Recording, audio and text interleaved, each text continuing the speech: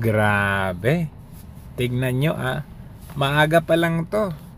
Alas 8, alas 9 pa lang ng umaga ngayong araw na ito. January 13, historical po ito. Parang tinalo pa nga ito ng EDSA People Power Kasi tignan ninyo, buong Quirino Grandstand punong-puno, umaga pa lang po ito. Takot ang gobyernong Marcos dito sa iglesia. Biruin ninyo, sa Maynila pa lang ito. Ito, nationwide po ito. Sobrang aga ng umaga, ganito kadami. Hindi mahulugan ng karayom sa dami. O tignan ninyo, halos pinuno. As in, nakakamangha ang ginawa ng INC dito dahil nakita natin yung pagkakaisa na isinagawa nila. At lalong-lalo na po, ito po ay suportado pa ng isang pare na Katoliko. Tingnan ninyo kung gaano bumilib ang isang pare dito.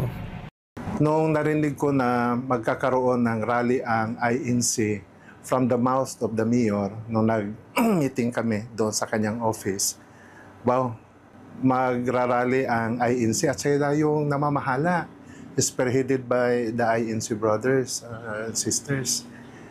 Kaya sabi ko, napakaganda niyan. Sabi ko, that is a rally for peace.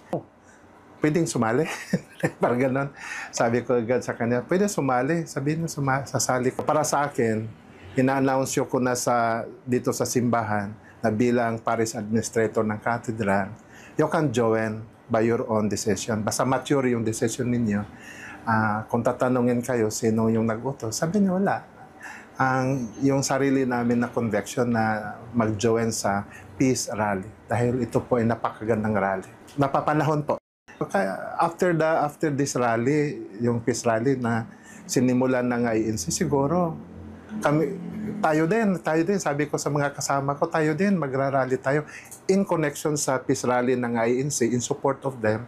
Tapos, anawagan din para sa national government, lalong-lalo na sa mga local officials namin na nasa Congress. Sabi ko, kasi ang gulo.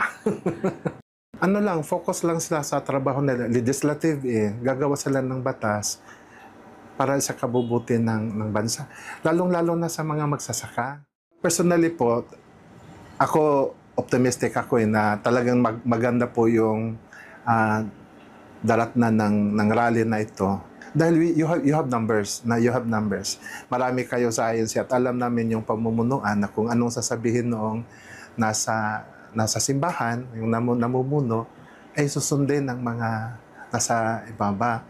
Kaya kung nanawagan kayo for peace, sigurado yon. Kung anumang outcome, magandang outcome sa inyo, kasali na kami doon. Papunta ko doon. Sa ngayon po, saludo ako doon. Napakaganda talaga ng sino yung nakaisip sa inyo, sino yung nagpupo. Siguro ang top leadership siguro ng Iglesia ni Cristo. Ayun po, nag-appreciate talaga namin. Hindi lang ako kundi marami po kami na wow, nakawaw kami dahil ngayon lang ang mga masaya feeling nyo. Opo, ang mga Katoliko ganoon agad, kami agad, react agad. Pero ngayon sa inyo, will plan, sabi nga nung PD, nung provincial director ng police, wag na, will plan po yung rally nila. Oo nga naman. Kasi ang tagal na, di ba? Ang tagal yung pinaplano to. So hopeful ako, okay ako. Ako okay kami. Ilan kami, okay kami.